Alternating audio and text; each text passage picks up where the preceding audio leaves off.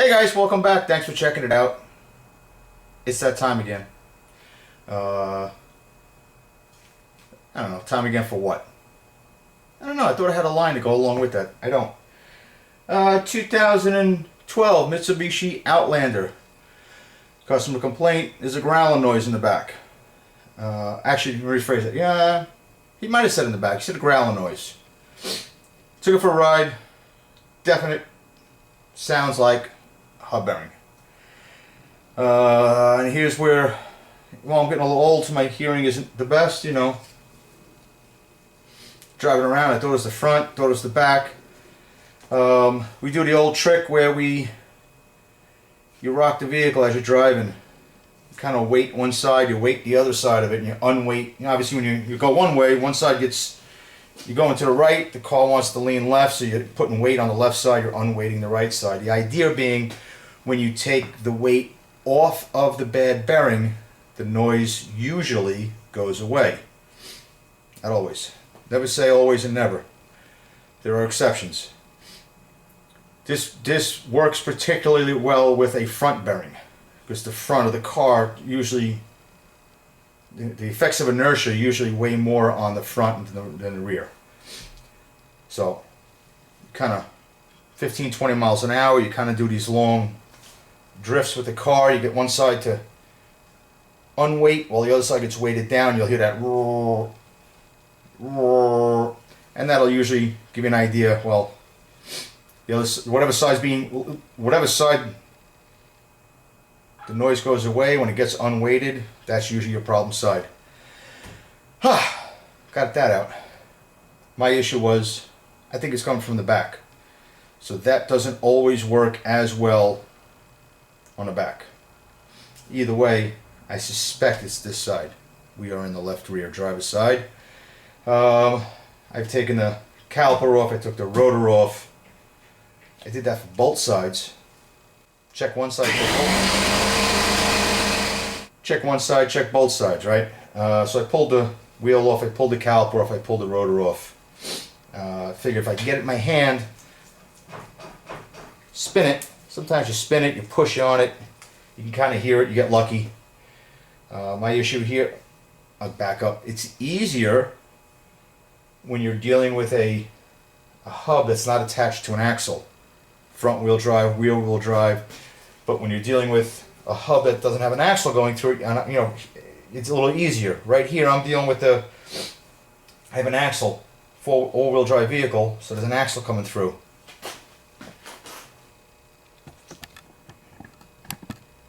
Easier if you can see it. I have the axle coming through, so when I turn this, I'm turning the axle, I'm turning the rear end, I'm turning the other side, which makes it a little tougher to tell, okay, where is the noise coming from? The noise can sometimes radiate, wrong word probably, it can resonate back and forth, so you're really trying to feel it. And the other problem is I don't have the weight of the vehicle on the wheel right now to do this. This is just hanging weight. I guess my point is, unless the thing's totally blown out, it can be tough sometimes to just go, that's the one. I'm not that lucky right now, so I pulled them both. What I'm going to do right now is, I suspect it's this side. I'm going to go through the effort of pulling this hub out. It does come out as a hub assembly. The fronts on this actually come as just the bearing. You got to take the spindle apart and press the bearing in and out. The backs are actually a complete hub. So it doesn't look that rusted up. I think I should be able to get it out relatively easy. The downside to this is, if I'm wrong, I get to put it back together on me. That would be my responsibility, right? I'm taking it apart because I feel that this is the problem corner. Let's see how I make out.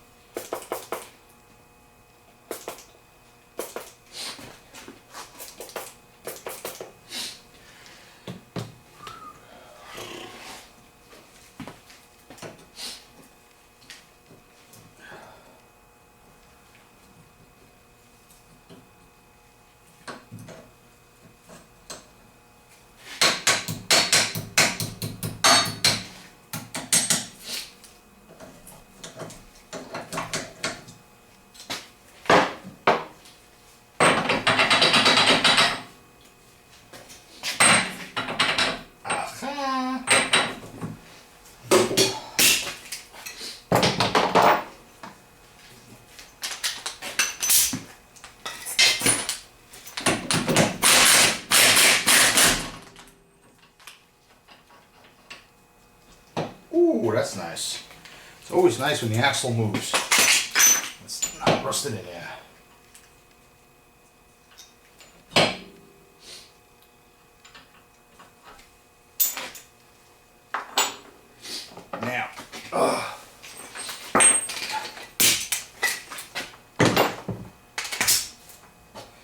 Now, we'll get these 4 bolts on the back.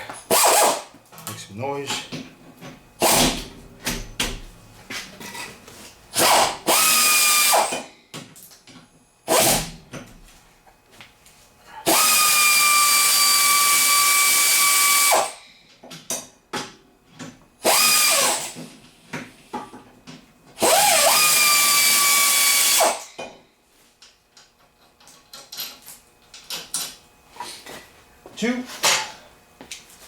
Two more to go.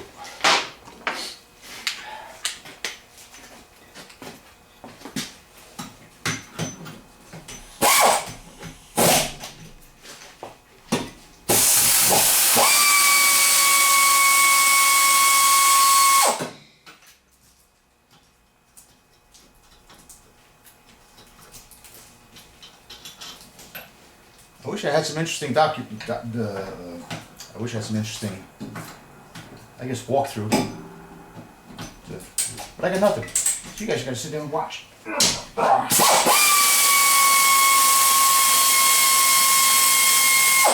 say documentary. I don't know what word I was gonna use.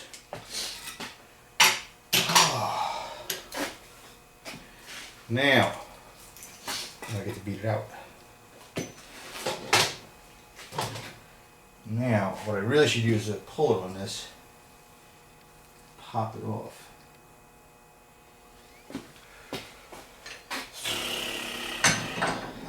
The trick here is going to be to not pull the hub flange out of the bearing. I don't want to knock this flange out of the bearing and pull this bearing apart unnecessarily and create more problems. Hoping that I can just kind of tap it out, so to speak. I also don't want to wreck these lug nuts either.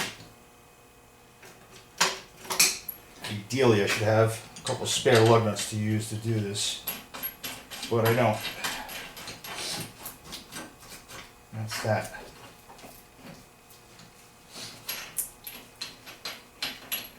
I wanted to do this with a couple of washers, but I think these washers are just going to get in the way also.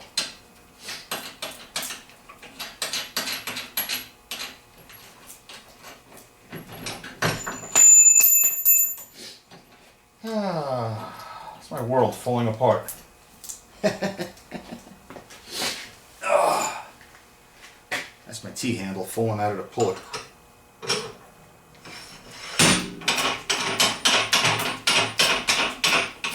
Lock this up a little bit so I don't pull the threads out of the puller.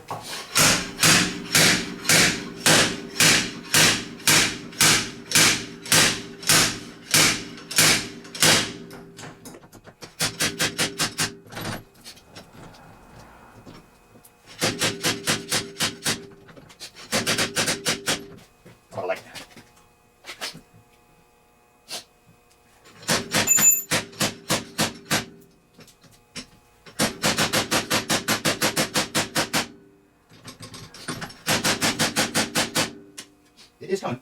There it goes. That's what I'm saying. Come on.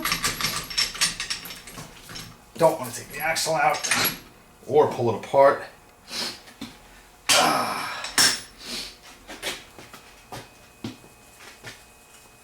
Well, we got the puller off. Yeah, can you hear it? No, you can't hear it, right? Because you're all the way over there and I'm all the way over here. Don't feel too good. But what I'm going to do is I'm going to pull apart the other side also. Just to be 100%. It's worth the few minutes it's going to take to get it apart. And then we'll go from there. There's no play in this thing at all. But let's pull the other side apart and we'll check that as well. And through the magic of video editing, the other side is apart. Look at this one, makes even more noise. Let's see. I don't know if that comes through. It's I don't even know what a microphone is in this thing. But it don't sound good. But funny, I thought it was the other side. I think this side's worse. Call the customer, see how we proceed, and we'll get this fixed. I'm going to suggest doing both sides. Truck's got some mileage on it, and you know what they say, one headlight goes out, the other headlight goes out kind of thing. And he's pretty good at not coming back for regular service. I don't want to knock him, but he's a good friend of mine. He's not the best at service. So if we're going to do one, maybe we'll do two. But we'll see what he says. We'll get it done. We'll be back in a, hopefully, momento. It's about 24 hours later. We finally got our hubs, our hub assemblies, right from Mitsubishi. Fiasco. Ordered the hubs yesterday. They were supposed to be in at 9 o'clock this morning. Got a call this morning. They weren't going to be in until about 1:30, 2 o'clock. Canceled them, ordered them somewhere else. That was told to be in 11 o'clock. They came in 11 o'clock, but they were wrong. Reordered them again. 3 o'clock, I got the right ones. Problem is, as odd as it sounds, you run the VIN numbers, they still want to know is it a 5 or 7 passenger. It makes a difference in the hub. My fault. I kept saying 5 passenger because that's what it looks like. Apparently it's a 7 passenger and the seats in the back are folded down. I didn't see them. So it's technically a 7 passenger. Trials and tribulations, right? It is what it is. The hubs are here. We're going to get this thing together. We're going to get rid of this noise. It's snowing out. And I got work to do. So, follow along. Just going to clean this up a little bit.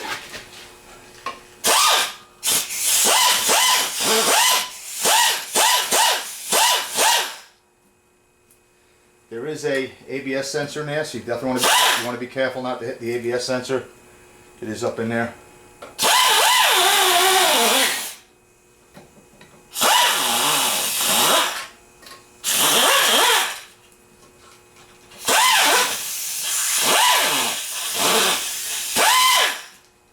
It's not too bad in here. It's not typical northeast rust, just a little bit of a little surface rust right there.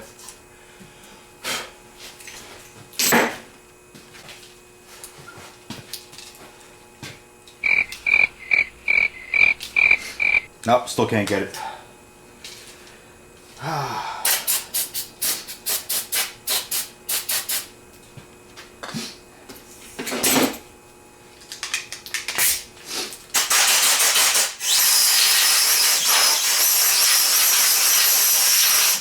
Nice. Little protectant. Awesome.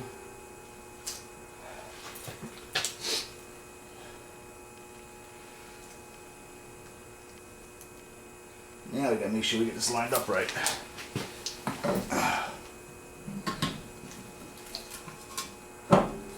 Look at that. Almost like it was made to fit. New hardware.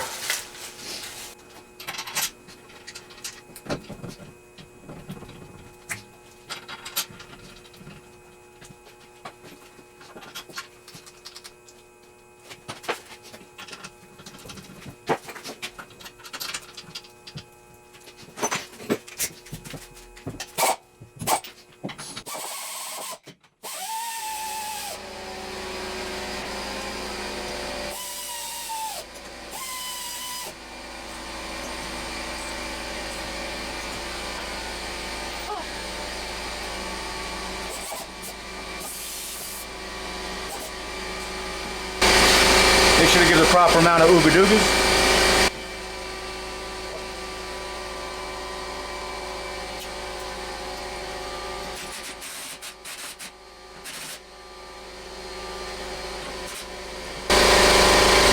And in case we didn't notice, this stud isn't in all the way. It's actually in.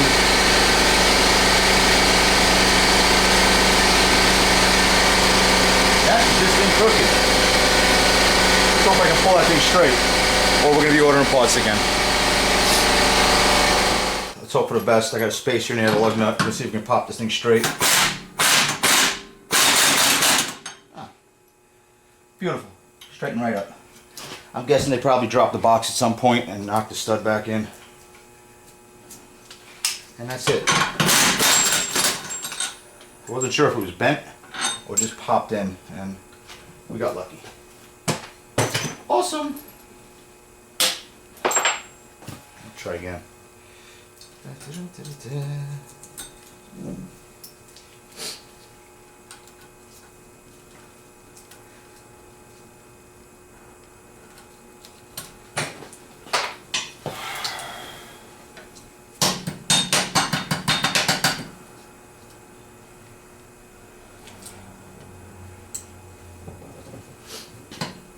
And for those that want useful information, there is a proper way to bend the cotter pin. No, you don't just take both of them and bend them back or any which way. There technically is a correct way, and it's called a double foot, if I remember right.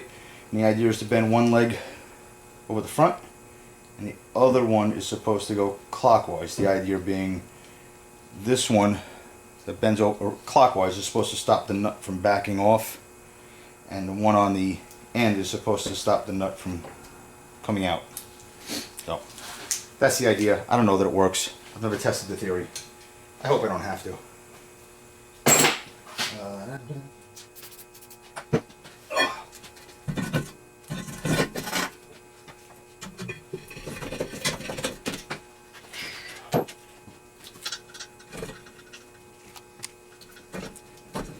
Sorry, I had you guys zoomed in on my fat belly.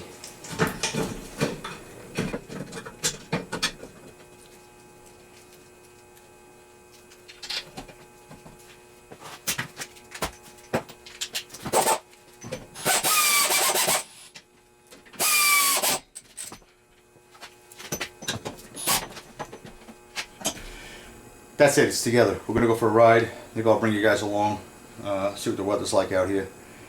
Verify this noise is gone. After I do the other side, I'm not gonna bore you guys. You saw one side, the other side's kind of the same, but opposite.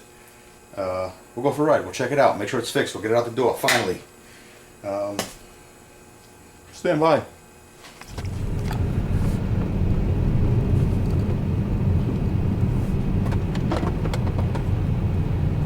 We got a little bit of a little snowfall before, a little squall as they called it. Couldn't see about 50 feet in front of you. Now it's starting to ice up. I guess I should put my seatbelt on, huh?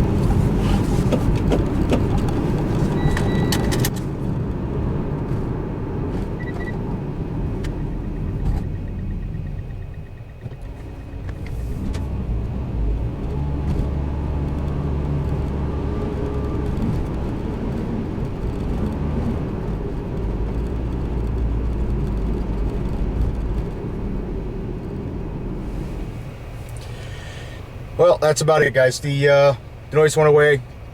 We fixed it. A little frustration with the parts, but that's part of doing business, right? I appreciate you guys coming along. Leave any comments below. Don't forget to hit subscribe, ring the bell. Hopefully I got some stickers coming out soon, so let me know if you want some. I'll get them out to you. I don't know, I'll figure it out. Maybe I'll put a piece of it in the video, and we'll figure that one out. But other than that, guys, be well. Thank you. We'll talk to you in a minute.